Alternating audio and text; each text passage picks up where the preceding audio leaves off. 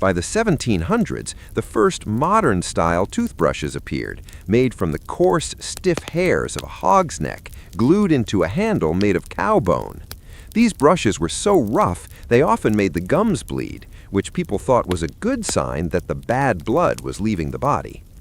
The transition to modern oral care only happened when we realized that tooth decay wasn't caused by tooth worms, a popular myth for centuries, but by bacteria. The 19th century brought us the first toothpastes, which were sold in ceramic jars and were actually abrasive powders made of crushed eggshells, charcoal, and salt. It wasn't until the mid-20th century, specifically during World War II, that the habit of brushing twice a day became a national standard in the U.S. Soldiers were forced to brush their teeth as part of their daily discipline, and when they returned home, they brought that militarized hygiene to their families. We have spent centuries gargling urine, scrubbing with pig hair, and letting barbers rip teeth from our heads.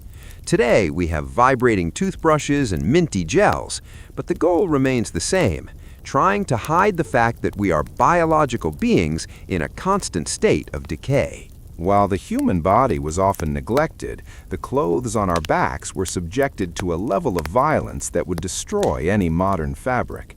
Before the invention of the electric washing machine, laundry day wasn't just a chore, it was a grueling, multi-day physical marathon that utilized some of the most disgusting and dangerous chemicals known to man. In the pre-modern world, your clothes were often more cleaned by chemical reactions than by water. For centuries, the primary cleaning agent for laundry was chamber lye.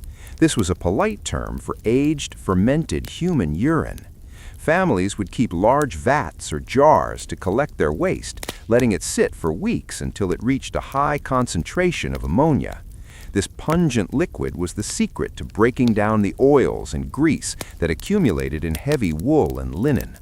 If you walked through a medieval or early modern village on a Monday, the smell of boiling urine would hang thick in the air. The process was brutal. Women, known as laundresses, would spend 12 to 15 hours a day bent over wooden tubs. They would soak the clothes in the lye, then beat them against rocks or use wooden dollies to stir the heavy, sodden fabrics. The ammonia and the wood ash soap used during this time were so caustic that it was common for a laundress's hands to be permanently scarred, red, and cracked, a condition known as the washerwoman's hands. By the 18th and 19th centuries, the obsession moved toward whiteness. To be a person of status, your linen had to be blindingly white, despite living in cities covered in coal soot and horse manure. To achieve this, people used bluing, a blue dye that made yellowing fabric look whiter to the human eye, and even more dangerous bleaches. Before modern bleach, they used bucking, which involved pouring boiling water through a layer of wood ash to create a lye solution that would strip the color and the dirt out of everything it touched. The danger didn't stop with the wash. During the Victorian era, the invention of starch became a hygiene obsession. Men's collars and cuffs were starched so heavily they became as stiff as cardboard. These collars were often so tight and rigid that they were nicknamed father killers, as they could literally cut off the blood supply to the brain or cause suffocation if a man fell asleep while wearing one. Ironing was another dance with death. Irons were literally solid blocks of heavy metal heated directly in a coal fire. You had to be an expert to know if the iron was hot enough to press the fabric, but not so hot that it would instantly incinerate your only Sunday shirt. Because these irons were heated by fire, they were often covered in soot, meaning the laundress had to be incredibly careful not to ruin the white shirt she had just spent 3 days cleaning. Dry cleaning also has a bizarrely hazardous origin. In the mid-1800s, it was discovered that petroleum-based fluids like kerosene and gasoline could dissolve grease without shrinking the clothes. For a few decades, dry cleaners were essentially high-explosive workshops.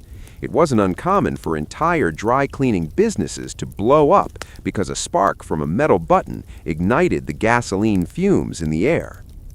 This era of hygiene shows us that cleanliness was a high-stakes game. People were willing to soak their clothes in urine, risk chemical burns, and work in explosive environments just to present a clean face to the world. We moved from the stench of the body to the stench of the laundry tub, proving that for most of history, the price of being clean was paid in sweat, blood, and ammonia. If the history of bathing was a struggle against nature, the history of cosmetics was a literal dance with death. Today, we worry about microplastics or parabens in our skincare, but for the elite of the 17th and 18th centuries, hygiene and beauty were achieved through a cocktail of heavy metals that were systematically poisoning the population.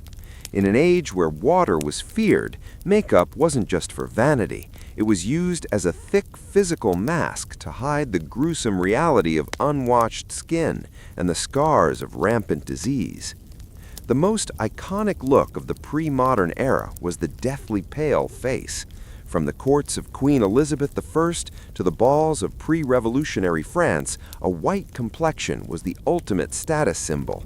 It signaled that you were wealthy enough to stay indoors, away from the sun that tanned the skin of the working peasant. To achieve this ghostly glow, men and women applied ceruse. This wasn't a simple powder, it was a thick paste made of white lead and vinegar. The horror of ceruse was that it worked. At first, it created a smooth porcelain finish that covered smallpox scars, acne, and the general sallowness of a body that never saw water. But lead is a neurotoxin. As the lead was absorbed through the skin, it caused lead palsy, hair loss, and the slow rotting of the skin it was meant to beautify. This created a vicious, deadly cycle. The more the lead destroyed the person's skin, the more lead they had to apply to hide the damage. Over time, the skin would turn a sickly gray or yellow. Their breath would become foul, and their teeth would loosen and fall out. Some of the most beautiful people in history were actually walking corpses, their bodies slowly shutting down from heavy metal poisoning. But the danger didn't stop at the skin. To get those large, soulful pupils that were popular in the Victorian era, women used eye drops made from belladonna, also known as deadly nightshade. This plant is one of the most toxic in the world. It successfully dilated the pupils, but it also caused blurred vision, heart palpitations, and eventual blindness. They were quite literally blinding themselves for a look that modern Americans now achieve with a simple Instagram filter. Then came the flush of health. To contrast the white lead face, people wanted bright red cheeks and lips. For this, they used vermilion, which is made from cinnabar, the primary ore of mercury. While the lead was rotting their skin, the mercury was attacking their nervous systems, causing tremors, memory loss, and extreme irritability, the origin of the Mad Hatter phenomenon. If you were an aristocrat in the 1700s, you were likely a walking periodic table of poisonous elements. Even hair care was a hazard. To keep those massive, towering wigs white and clean, they used powders made of ground-up bone or flour. But to kill the lice that inevitably lived inside them, they often used mercury-based ointments. It was a world where you could be killed by your own hat, blinded by your eye drops, and poisoned by your own cheeks. The shift away from this toxic hygiene only came when the middle class began to value natural beauty in the late 19th century. As the link between lead and illness became impossible to ignore, the makeup industry was forced to pivot. However, the legacy of these deadly cosmetics remains a testament to human vanity. We were so terrified of the grossness of our natural, unwashed bodies that we were willing to paint ourselves with poison just to look like a statue. It was the ultimate irony. In an effort to look more pure and clean, the world's elite were making themselves more toxic than the dirtiest peasant in the street. If there is one aspect of hygiene that defines modern civilization, it is how we handle the things we leave behind. To a modern U.S. audience, the idea of not having a private flushing toilet with a roll of soft, quilted paper is the ultimate nightmare. But for most of human history, the restroom was anywhere you happened to be standing, and the paper was whatever was within arm's reach, usually something that would make a modern person cringe in horror. In the middle of the 19th century, London and New York were floating on a sea of waste. Before the S-trap toilet was perfected, most people used chamber pots, ceramic bowls kept under the bed. At night, you'd do your business, and in the morning, you'd toss the contents out the window with a shout of "Garde à l'eau!" from the French garde à l'eau, meaning watch out for the water. This meant the streets were essentially open sewers, and the smell of the city was actually the concentrated scent of millions of people's daily waste baking in the sun. But the real question people always ask is, what did they use before toilet paper? The answer is as diverse as it is disgusting. The ancient Romans, as we saw earlier, shared a communal sponge on a stick. But in other parts of the world, the solutions were even more creative and painful. If you were a Viking, you likely used clumps of moss or dried seaweed. If you were a wealthy aristocrat in the French court, you might use scraps of fine lace or wool. If you were a pioneer in the American West, the gold standard for wiping was actually a dried corn cob. It was rough, it was abrasive, and it was reused until it was too worn to function. The invention of the Sears Roebuck catalog in the late 1800s was a revolution for the American bathroom. For the first time, rural families had a thick book of soft paper arriving at their door. Once the catalog was out of date, it was hung on a nail in the outhouse. It provided reading material and a cleaning solution all in one. In fact, when the magazine shifted to using glossy, shiny paper in the early 20th century, the company received thousands of complaint letters because the new paper wasn't absorbent enough for outhouse use. The modern flush toilet was actually a slow invention. While Alexander Cummings patented the S-trap in 1775, it took nearly 100 years for it to become a household staple. People were terrified that the sewer gas would travel back up the pipes and explode their homes or poison them in their sleep. It wasn't until Thomas Crapper, yes, that was his real name, popularized the siphoning mechanism in the late 1800s that the water closet became a sign of a respectable home. Even then, toilet paper as we know it didn't exist until 1857, when Joseph Gaiety introduced medicated paper for the water closet. He was so proud of it that his name was printed on every single sheet. But here's the kicker. His paper was sold as a medical product to treat hemorrhoids, and it was so expensive that most people ignored it. It wasn't until 1935 that a company called Northern Tissue began advertising splinter-free toilet paper. Let that sink in for a moment. Before 1935, using toilet paper was a literal gamble with splinters because the manufacturing process was so primitive. Today, we take the porcelain throne for granted. We live in a world of bidets, heated seats, and ultra-soft 3-ply paper. But we are the first generation in the history of the human race to not have to worry about a corn cob, a communal sponge, or a splintery wipe. We have finally hidden the most human part of our biology behind a wall of plumbing and white porcelain, completing the long, messy journey from the mud of the past to the sterile comfort of the present. For most of human history, if you smelled like a human being, it was simply accepted as a fact of life. There was no masking the scent of skin, sweat, and pheromones because everyone else smelled exactly the same.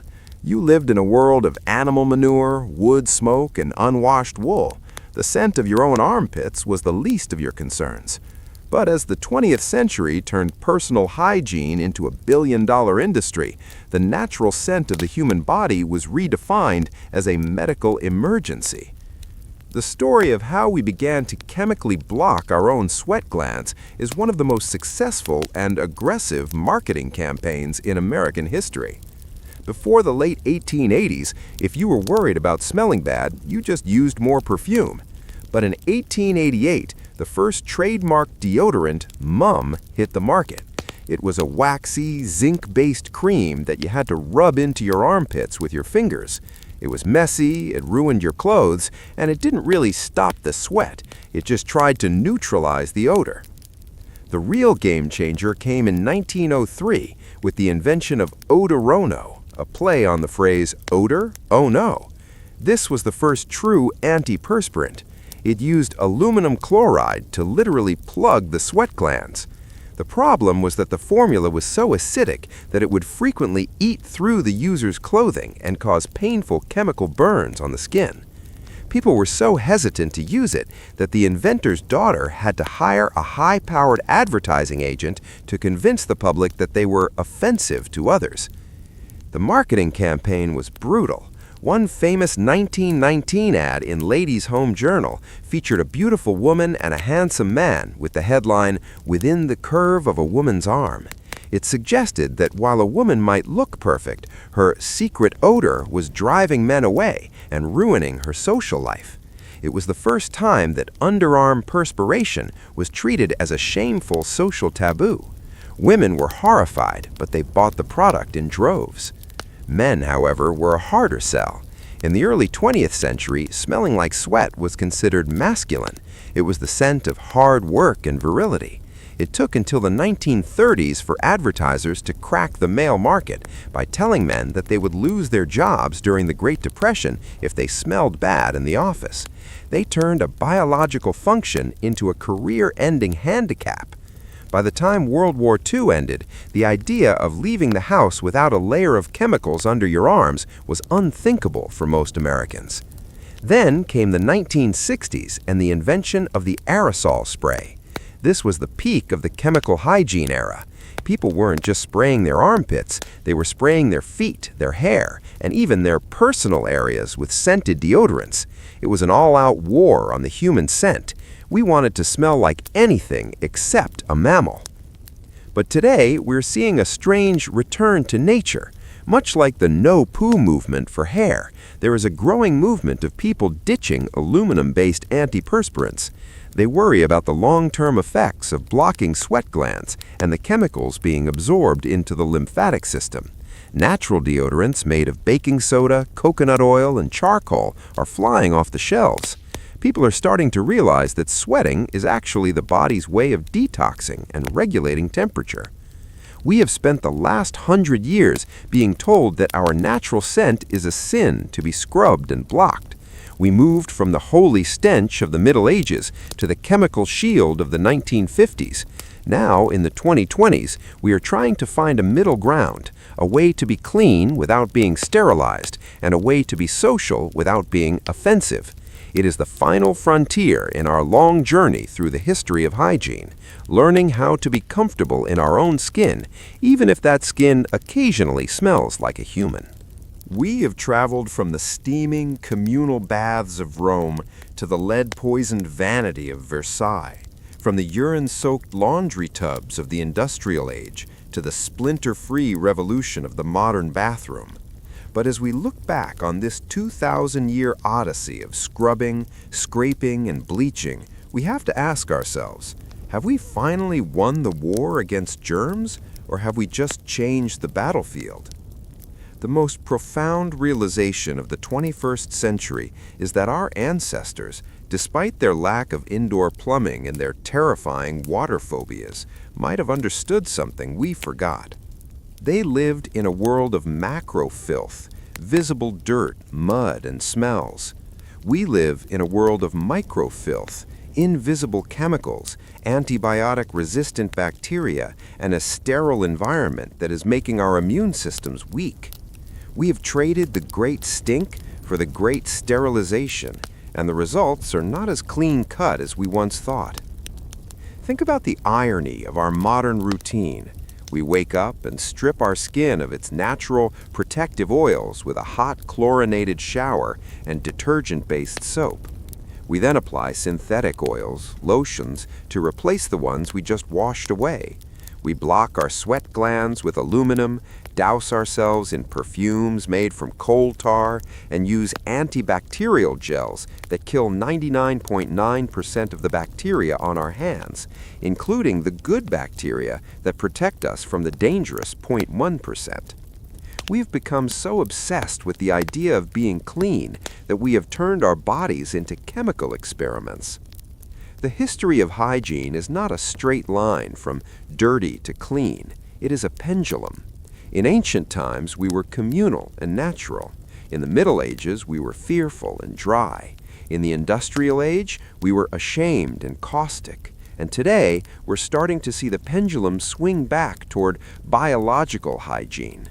We're seeing the rise of microbiome-friendly products, people who shower only twice a week to save their skin's health, and cities that are trying to bring nature and its healthy bacteria back into the concrete jungle.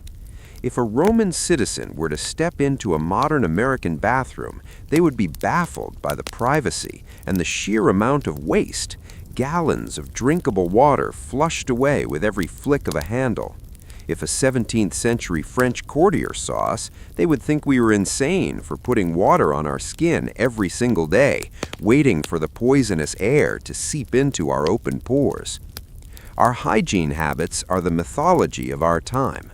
To us, they are common sense. To our ancestors, they would be madness, and to our descendants, they will likely seem as bizarre as gargling urine or wearing a wig full of mice.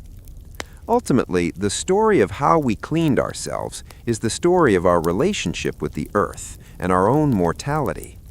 We scrub because we want to feel in control. We perfume ourselves because we want to distance ourselves from the animal kingdom. We build massive porcelain thrones because we want to forget that we are biological machines. But no matter how much we scrub, how much we bleach, or how much we mask, we will always be part of the messy, vibrating bacterial world we came from. So the next time you look in the mirror and see a blemish, or you catch a whiff of your own natural scent at the end of a long day, don't be so quick to reach for the chemical shield. You are carrying the legacy of thousands of years of survival. You are the product of people who survived the plague, the great stink, and the father killer collars. You are perfectly, beautifully, and historically human. And in the grand timeline of history, that is the cleanest thing you can be. As we stand at the peak of human cleanliness, we find ourselves living in a world our ancestors wouldn't even recognize, a world where the absence of smell has become the standard. In the 21st century, the average American spends over 2 years of their life in the bathroom. We have mastered the art of the pressurized, temperature-controlled shower, and we have developed a chemical solution for every square inch of our anatomy. But this ultimate victory over nature has come with a hidden psychological price. In the past, hygiene was a social or survival-based ritual. Romans went to the baths to talk politics. Victorians scrubbed to avoid cholera. Today, hygiene has become a private obsession driven by the mirror. We aren't just cleaning for health anymore, we are cleaning for an image. The modern bathroom has become a sanctuary of self-optimization, filled with anti-aging serums, pore-refining toners, and whitening strips. We have transitioned from fighting the great stink to fighting the great imperfection. In the past decade, the shift to the rise of biohacking hygiene is most fascinating. A new generation of people is looking back at history and realizing that our scorched earth policy against bacteria might be backfiring. In high-tech labs in San Francisco and New York, scientists are developing living skincare, creams that contain live ammonia-oxidizing bacteria. These are the same types of bacteria our ancestors had on their skin naturally before we invented soap. We are literally paying premium prices to put back the very dirt our great-grandparents spent their lives trying to wash away. This brings us to the ultimate question: what comes next? As we move further into the 21st century, the definition of clean is changing once again. We are moving away from harsh, skin-stripping chemicals and toward intelligent hygiene. We are seeing the return of the bidet, a French invention that Americans rejected for decades, but is now being embraced as a more sustainable, hygienic alternative to the splinter-free paper we fought so hard to invent. We are seeing a move toward waterless beauty products as we realize that the drinkable water we flush down our toilets is a finite, precious resource. If history has taught us anything, it's that our current habits are not the end of the story. 100 years from now, our descendants will look back at our 20-minute hot showers and our aerosol deodorants with the same judgmental shock that we feel when we think about Roman communal sponges or medieval holy stench. They will see us as a transition generation, one that was so traumatized by the filth of the past that we overcorrected into a sterile, chemical-dependent present. The journey of human hygiene is a mirror of human progress. We have gone from being at the mercy of the elements to being the masters of our own microenvironment. We have conquered the parasites, the plagues, and the public latrines. But in the process, we have learned that being clean isn't just about removing dirt. It's about finding a balance between our biological reality and our civilized ideals. We are the cleanest humans to ever walk the earth, but we are also the most disconnected from the natural world. As we look to the future, the goal isn't to be more sterile, it's to be more wisely clean. We've spent 2,000 years learning how to wash. Now we are finally learning how to live with ourselves. While we have focused on the evolution of showers and soap in the West, there is a darker, more political side to the history of hygiene. In the 18th and 19th centuries, as European powers expanded their empires across the globe, cleanliness stopped being a personal choice and became a weapon of colonization. For the British in India, the French in Africa, and the Americans in the Philippines, the way people washed their bodies was used to justify who was civilized and who was savage. This era gave birth to what historians call hygiene imperialism. Western travelers would arrive in tropical climates, burdened by their heavy wool suits and their water phobia, and find indigenous populations who bathed multiple times a day in rivers and used natural oils like coconut or neem to protect their skin. Ironically, the Europeans, who at the time were still changing their linen shirts instead of washing their skin, viewed these daily bathers with suspicion. They claimed that excessive bathing was a sign of a weak or effeminate culture. However, as germ theory took hold in the late 1800s, the narrative flipped overnight. Suddenly, the West declared itself the master of hygiene. Soap companies like Pears launched infamous advertising campaigns showing white people teaching people of color how to wash. They marketed soap as the first step towards lightening the white man's burden. Cleanliness was no longer about health, it was about moral and racial superiority. If you didn't use British soap or American tooth powder, you were seen as a threat to the biological purity of the empire. This period saw the rise of the sanitary police. In cities like Panama and Manila, American officials enforced strict hygiene laws, burning down entire neighborhoods if they deemed them unsanitary. They forcibly cut the long hair of indigenous people, claiming it carried lice, and mandated the use of harsh chemical disinfectants that destroyed local ecosystems. The modern bathroom was being exported at the end of a bayonet. But there was a strange irony at play. While the West was forcing its version of clean on the world, they were also stealing the very secrets they claimed to despise. The word shampoo comes from the Hindi word champo, meaning to massage or knead. The British discovered the art of hair washing in India, where locals had been using herbal extracts to keep their hair lustrous for millennia. The West took the practice, stripped away the spiritual and medicinal context, bottled it, and sold it back to the world as a Western invention. Even the Turkish bath that became so popular in London and New York was a filtered version of the Islamic hammam. For centuries, the Islamic world had maintained a high standard of hygiene based on the religious requirement of wudu, ritual washing. While medieval Europe was wallowing in its holy stench, the cities of Baghdad and Cordoba had running water, public baths, and sophisticated sewage systems. As we look at our modern hygiene standards today, we have to acknowledge that they are a patchwork quilt of global traditions, often stolen, rebranded, and then used to judge the very people they were taken from. Our American shower is actually a mix of Roman engineering, Indian hair care chemistry, and Islamic plumbing. We aren't just cleaning our bodies, we are wearing the history of global conquest every time we step into the tub. For thousands of years, the definition of clean has been inextricably linked to how much hair was on a person's body. While we might view body hair today as a matter of personal style, for our ancestors it was often seen as a breeding ground for filth, a hiding place for parasites, and a mark of the uncivilized.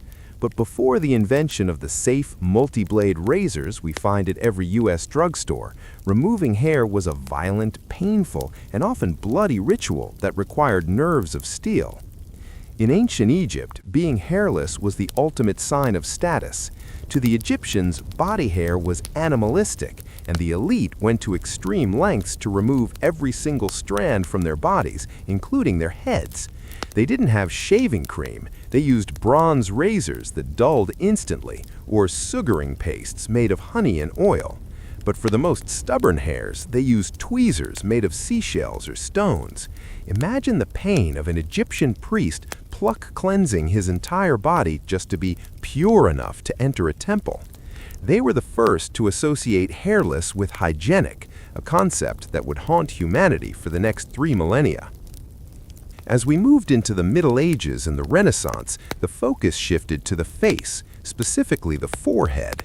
For high society women in the 14th century, a high, expansive forehead was the height of beauty and cleanliness. To achieve this, women didn't just pull their hair back, they plucked their hairlines back by inches. They also plucked their eyebrows into non-existence. To make the process easier, they used depilatory creams made of quicklime and arsenic. This was essentially the same chemicals used today to tan leather. It was so caustic that it would often burn the top layer of skin off along with the hair, leaving the forehead clean, shiny, and often permanently scarred. For men, the beard has cycled between being a symbol of wisdom and a symbol of filth. In the 1700s and 1800s, as germ theory began to emerge, doctors started attacking the beard. They claimed that a man's facial hair acted as a filter for germs, catching the miasma of the city and holding it right next to the mouth. Beards were called bacterial jungles. This led to the rise of the professional barber, who used a straight razor, aptly nicknamed the cutthroat razor. A morning shave in the 19th century was a high-stakes gamble.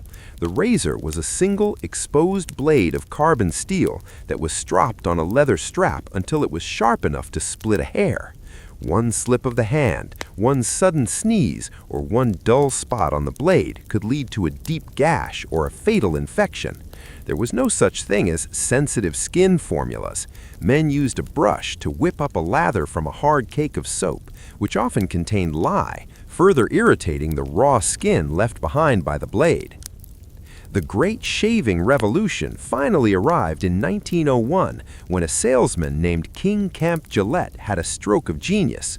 He realized that men didn't want to sharpen a permanent blade, they wanted something they could use and throw away.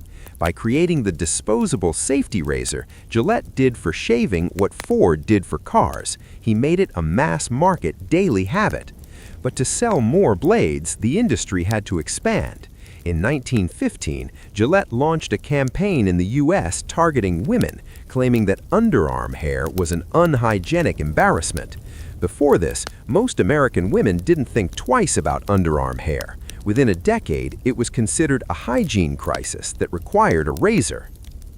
Today, we are in an era of lasers and electric trimmers, where we can remove hair with the press of a button. We've moved from the chemical burns of arsenic and the cutthroat blades of the barber to a world where manscaping and waxing are multi-billion-dollar industries.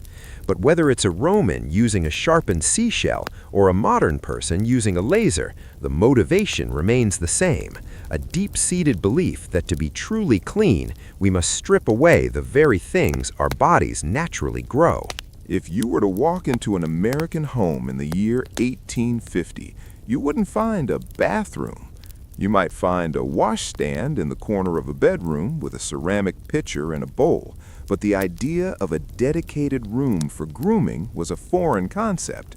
The morning ritual as we know it, the sequential act of showering, brushing teeth, applying deodorant, and styling hair, is a modern invention, a carefully choreographed dance designed by architects, plumbers, and marketing executives to turn hygiene into a daily religion.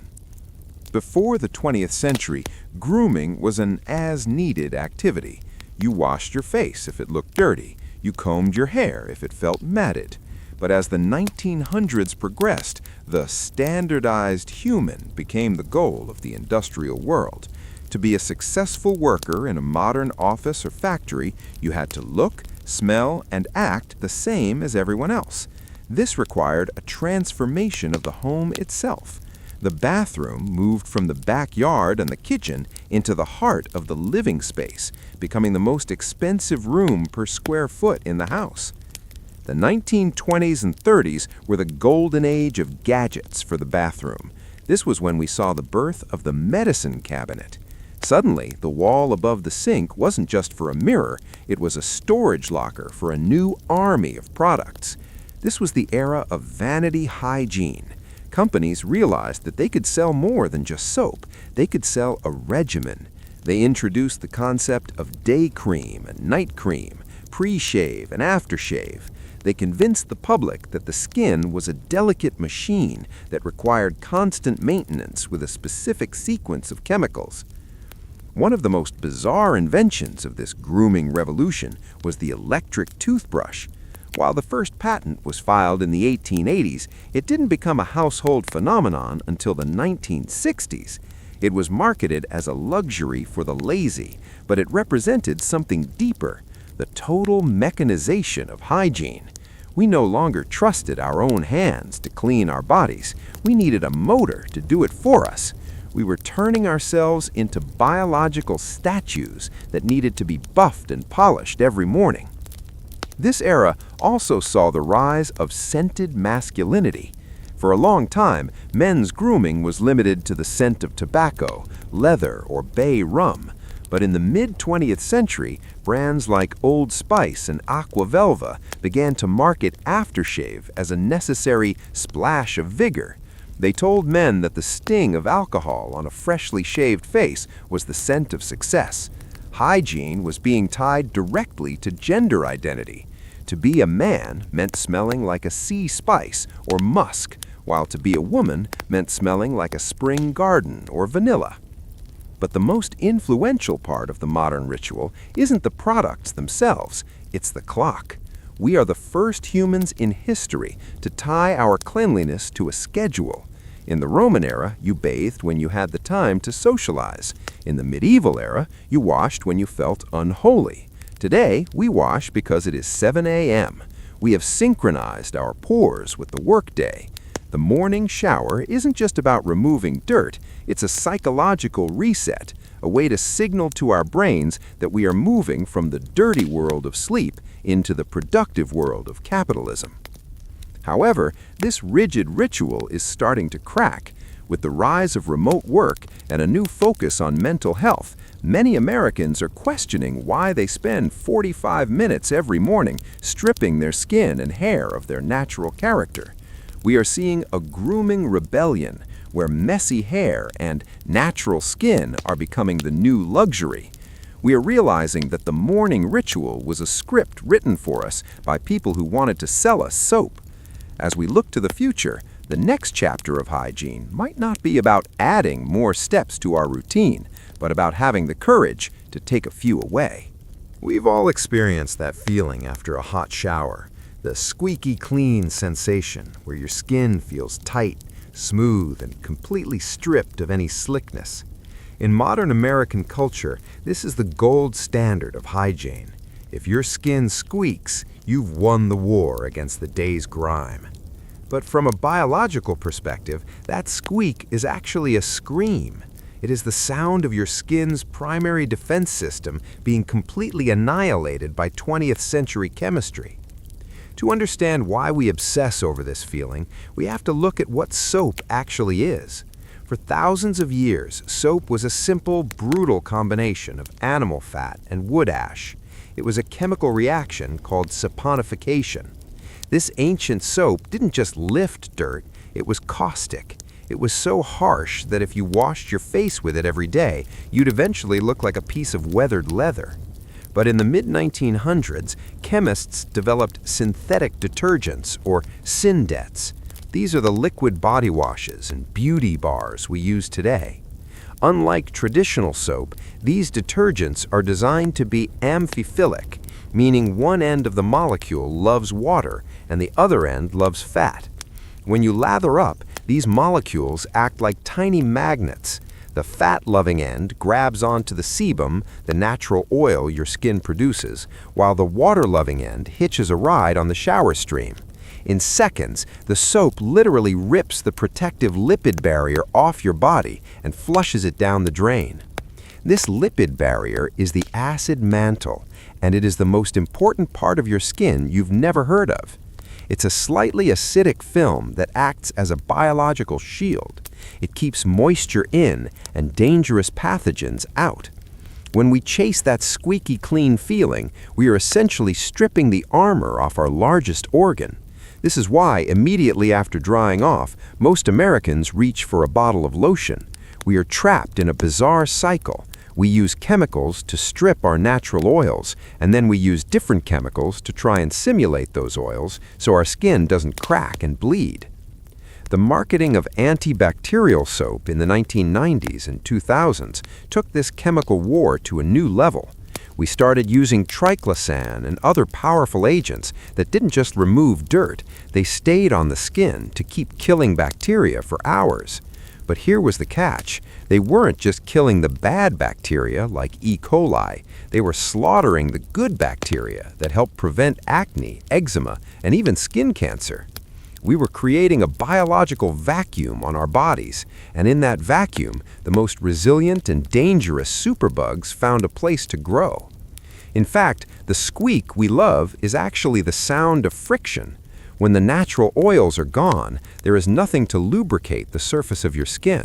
It's a sign of a damaged barrier. Modern dermatologists are now sounding the alarm, suggesting that our obsession with squeaky clean is the reason for the explosion of skin sensitivities in the Western world. We have become so efficient at washing that we have forgotten that the skin is a living, breathing ecosystem, not a dirty countertop that needs to be bleached. As we move forward, the science of clean is shifting away from bubbles and foam. We are seeing the rise of oil cleansing, the idea that like dissolves like. By using natural oils to clean the skin, we can remove the dirt without destroying the acid mantle. It's a return to the logic of the ancient Romans, but with modern science to back it up. We are finally learning that the goal of hygiene shouldn't be to become a sterile piece of plastic, but to support the complex, oily bacterial shield that nature gave us. For the vast majority of human history, clean didn't have a gender. If you walked through a village in the 1400s, a man and a woman smelled remarkably similar, like the wood smoke of their hearth, the wool of their clothes, and the natural musk of human skin. There was no for him or for her soap, because soap was just a utility, like a shovel or a bucket. But as the 20th century dawned, the hygiene industry realized there was a massive profit to be made by convincing men and women that they were biologically required to smell like completely different species. This was the birth of gendered hygiene, and it started with a marketing trick. In the early 1900s, as department stores became the new cathedrals of consumption, companies realized they could double their sales by creating two versions of the same product. Suddenly, soap wasn't just soap. If it was wrapped in pink paper and smelled like lilies, it was feminine and pure. If it was wrapped in brown paper and smelled like pine or sandalwood, it was rugged and masculine. There was no medical or biological reason for this. It was a psychological trap designed to make sure every household had to buy two of everything. The 1950s took this to an extreme. This was the era of the hyper-clean housewife. Advertisements in the U.S. portrayed women as the gatekeepers of hygiene. A woman's job wasn't just to be clean, it was to be a walking flower garden. If she smelled like a human, she was failing her husband. This led to the invention of feminine hygiene products, a range of sprays and powders that were often unnecessary and sometimes dangerous. They marketed the idea that a woman's natural biology was a problem that needed to be solved with heavy floral scents. It was an era where cleanliness for women became synonymous with invisible. Meanwhile, men's hygiene was marketed through the lens of the professional. A man didn't want to smell like a flower, he wanted to smell like the great outdoors or the office. This created a strange sensory paradox in the American home. The husband smelled like a lumberjack who had never touched a tree, and the wife smelled like a bouquet of roses that had never seen soil. We were effectively masking our human connection to one another with layers of synthetic gender performance. This gender divide extended even to the harshness of the products. Men's soaps were often formulated to be more abrasive and tough, while women's soaps were marketed as moisturizing and soft.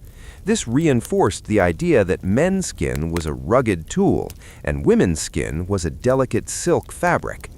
In reality, human skin is largely the same across the board, but the industry needed us to believe we were different, so we would keep paying the pink tax, the phenomenon where products marketed to women are more expensive than the exact same products marketed to men. In the 21st century, however, the walls of gendered hygiene are finally crumbling. We are seeing the rise of gender-neutral grooming. Modern consumers, especially in the US, are moving away from floral versus woody and toward functional. People want products that work for their skin type, oily, dry, or sensitive, regardless of their gender. We are seeing a return to earthy scents like vetiver, citrus, and sea salt that appeal to everyone. We are finally realizing that the scent of a woman or the scent of a man was a chemical lie sold to us in a plastic bottle. As we strip away these artificial layers, we are discovering that underneath the Arctic blast and the midnight jasmine, we all just smell like humans. And after a century of trying to smell like anything else, that might be the most refreshing change of all. For the last century, the shampoo, rinse, repeat cycle has been the unquestioned law of the American morning. We have been conditioned to believe that if our hair doesn't foam up into a massive white cloud of bubbles, it isn't getting clean. We chase that squeaky feeling on our scalp, unaware that we are trapped in a biological feedback loop created by the chemical industry. But in the last decade, a quiet rebellion has started in bathrooms across the US, a movement known as no poo. It's a return to a pre-industrial truth. Your hair was never meant to be detergent clean. To understand the no-poo revolution, you have to understand the oil war. Your scalp produces a natural oil called sebum. This oil is a miracle of evolution. It's waterproof, it's antibacterial, and it's designed to travel down the hair shaft to keep it strong, flexible, and shiny. But in the early 1900s, when we moved from gentle oils to harsh synthetic detergents, shampoos, we began stripping 100% of that sebum away every single day. The body's response? Panic. When the scalp feels bone dry and stripped, it sends a signal to the sebaceous glands to produce more oil to compensate. This is why, if you skip just one day of shampooing, your hair feels like a greasy mess. You aren't naturally oily, you are in a state of hyperproduction because your shampoo has convinced your body it's in a desert. We have spent decades using conditioner, synthetic oil, to replace the natural oil we just worked so hard to wash away. The no-poo movement and its gentler cousin low-poo is about breaking this cycle. Proponents argue that if you stop using harsh sulfates, your scalp will eventually recalibrate. After a transition period, often called the grease phase, the scalp stops overproducing oil. The result? Hair that has more volume, holds its shape better, and develops a natural luster that no bottled serum can replicate. It's a return to the hair quality of the Victorian era, but without the wood ash lye and the lice. Modern science is starting to back this up. we're discovering that the scalp, much like the gut, has its own delicate microbiome. When we douse our heads in antifungal and antibacterial shampoos, we are killing the beneficial microbes that prevent dandruff and scalp irritation. This is why many people find that the more they wash their hair to get rid of flakes, the worse the flakes get. They are destroying the very ecosystem that keeps the scalp healthy. But the future hair hygiene isn't just about doing less, it's about doing it smarter. We are seeing the rise of co-washing, washing with conditioner only, and the use of fermented rice water or apple cider vinegar rinses, remedies that date back to ancient Japan and colonial America. We are moving toward micellar technologies that lift dirt without stripping the hair's internal moisture. We are finally moving past the era of one-size-fits-all hygiene. We are realizing that clean hair doesn't have to mean stripped hair. As we look at the long history of human grooming, the 20th century's obsession with foam and bubbles might just be a strange chemical blip in the timeline. The future of hair looks a lot more like the past, less chemistry, more biology, and a lot more respect for the natural oils that kept our ancestors' hair healthy long before the first bottle of shampoo was ever sold. As we look back at the shared sponges of Rome, the urine-soaked laundry of the Renaissance, and the lead-caked faces of the French court, our modern reaction is universal. How could they live like that? We feel a physical sense of revulsion, a tightening in the throat that we call disgust. But to understand the history of hygiene, we have to realize that disgust is not a fixed biological setting. It's a cultural shield that has been built layer by layer over centuries. Our ancestors weren't gross by their own standards, they simply lived in a different sensory reality. In the modern US, we live in a world of sensory deprivation. Our air is filtered, our food is shrink-wrapped, and our waste is whisked away by invisible pipes. Because we are surrounded by sterility, the slightest hint of nature, a sweaty armpit, a smudge of dirt, a stray hair, triggers a massive psychological alarm.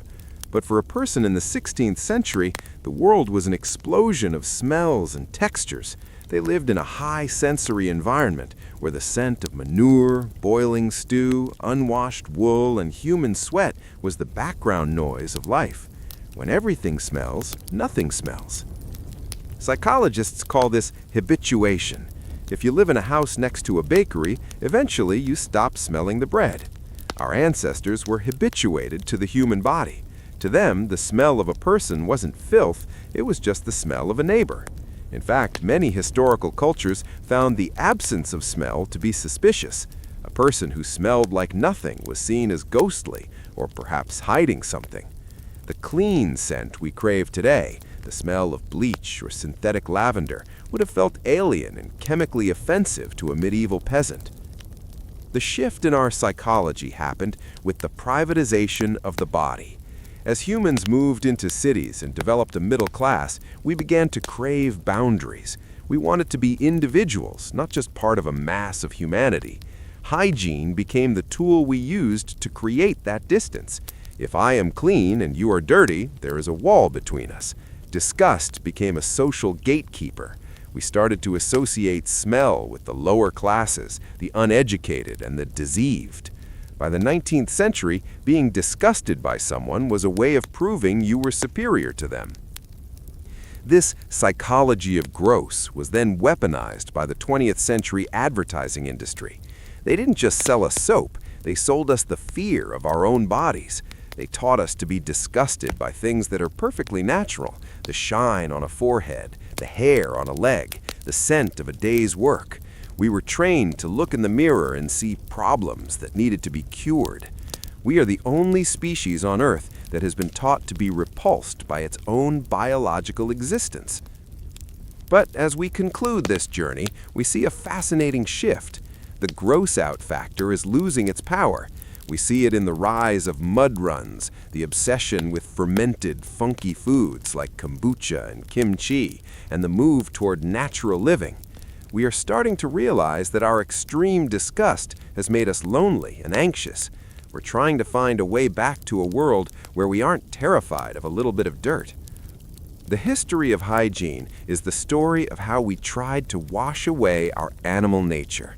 We spent 2,000 years trying to become gods, sterile, scented, and perfect. But in the end, we discovered that we are happier when we are human. We've learned that you can have the porcelain throne, the electric toothbrush, and the splinter-free paper, but you still have to live in a body that sweats, breathes, and grows. And maybe, just maybe, that's not gross at all. It's just life. As we stand at the end of this 2,000-year timeline, we find ourselves at the edge of a new frontier, the world of the invisible. For centuries, we fought what we could see, the mud, the lice, the blackened teeth. Then, for a century, we fought what we could smell, the sweat, the musk, the BO. Now we are entering the era of the microbiome, where the definition of clean is moving away from the surface of the skin and deep into the DNA of the bacteria that live upon us. The future of hygiene isn't about scrubbing, it's about gardening. In high-tech laboratories from Boston to Seoul, scientists are currently developing the smart bathrooms of 2030. Imagine a shower that doesn't just spray water, but analyzes the bacterial colonies on your skin in real time. Instead of a generic bar of soap, it might release a customized mist of prebiotics, nutrients designed to feed the good bacteria that prevent skin aging while neutralizing the specific microbes that cause odor. We are moving toward a world where cleaning your body is as precise as a medical procedure. The smart toilet is also making a comeback. In Japan and the US, prototypes are being tested that analyze human waste for early signs of disease, diet deficiencies, and hydration levels. The bathroom is transforming from a place of shame and waste into a personal health command center. We are finally merging the Roman obsession with the public bath with the modern obsession with data. We are no longer just washing away the day. We are monitoring the very essence of our survival. But perhaps the most radical change is our relationship with dirt. In the 20th century, dirt was the enemy. In the 21st century, dirt is becoming a luxury. We are seeing the rise of forest bathing and grounding, where people intentionally seek out environments rich in soil bacteria to boost their immune systems. Parents are being told by doctors to let their children play in the mud and crawl on unsanitized floors. We have realized that the sterile bubble we built in the 1950s was a beautiful cage. To be truly healthy, we need to be a little bit dirty. This creates a fascinating paradox for the modern U.S. audience. We have more cleaning power in our cabinets than a medieval king had in his entire palace, yet we are searching for ways to be less clean. We are buying dirt-infused soaps and bacterial sprays. We are trying to find a sweet spot between the plague-ridden filth of the past and the soul-crushing sterility of the present. As we close the book on this history, remember that hygiene has never been a finished project. It is a constant negotiation between our bodies and our environment. One day, our descendants might look back at our 2026 habits, our plastic bottles, our chemical sprays, and our obsession with Arctic freshness, and laugh at how primitive we were. They might live in a world where cleaning is done with light waves or sound vibrations, or where the human body has been bioengineered to never smell at all. But regardless of the technology, the human heart remains the same. We will always want to feel refreshed. We will always want to feel pure. And we will always be looking for that perfect morning ritual that makes us feel ready to face the world. From the strigil to the smart shower, the journey of hygiene is the journey of humanity trying to find its place in a messy universe. We've come a long way from the communal sponge on a stick, and honestly, that's something we should all be very, very grateful for. We've talked about the soap, the water, and the skin, but we haven't talked about the walls. One of the most radical shifts in human hygiene wasn't what we did to our bodies, but where we did it. For 95% of human history, hygiene was a public, communal, and loud event. If you were a Roman, you chatted about the Senate while sitting shoulder to shoulder on a multi-seater latrine. If you were a medieval peasant, you bathed in a wooden tub in the middle of the kitchen with your entire family watching. The modern bathroom is actually a psychological fortress. In the late 19th century, as the Victorian obsession with morality peaked, the bathroom became the only room in the house with a lock on the door. The rise of hygiene shame. Before the 1880s, the biological self wasn't a secret. People knew their neighbor's business because they saw it happen. But the industrial era brought a new concept, privacy as a status symbol. The wealthy built dedicated water closets hidden away in the back of the house. The poor continued to use communal pumps and outhouses, which were now labeled as shameful and primitive by the upper classes. This created a massive psychological shift. By moving hygiene behind a locked door, we turned it into a taboo. We stopped talking about how our bodies worked. We invented euphemisms like using the restroom or powdering one's nose because the reality of being a mammal was suddenly too gross for polite society. The white aesthetic. Have you ever wondered why most bathrooms are white? White tile, white porcelain, white towels? This wasn't for style, it was for paranoia. In the early 1900s, hospitals began using white to show that they were free of deadly germs, which people imagined as dark, sticky soot. Homeowners followed suit. If your bathroom was white, you could see every single speck of dirt. The bathroom transformed from a place of relaxation into a laboratory of decontamination. The modern sanctuary. Today, in the 2020s, the bathroom is undergoing its final transformation. In a world of 24/7 connectivity and digital noise, the bathroom has become the last silent place. It is the only room where it is socially acceptable to be alone and unreachable. We have moved from the public bath to the private fortress and finally to the personal spa. We spend more money on rainfall shower heads and ambient lighting than our ancestors spent on their entire homes. We aren't just washing away dirt anymore. We are washing away the stress of the modern world. The history of hygiene ends not with a clean body, but with a quiet mind. We have spent 2,000 years trying to get away from the great stink, only to realize that what we really wanted was a place to finally be alone with ourselves.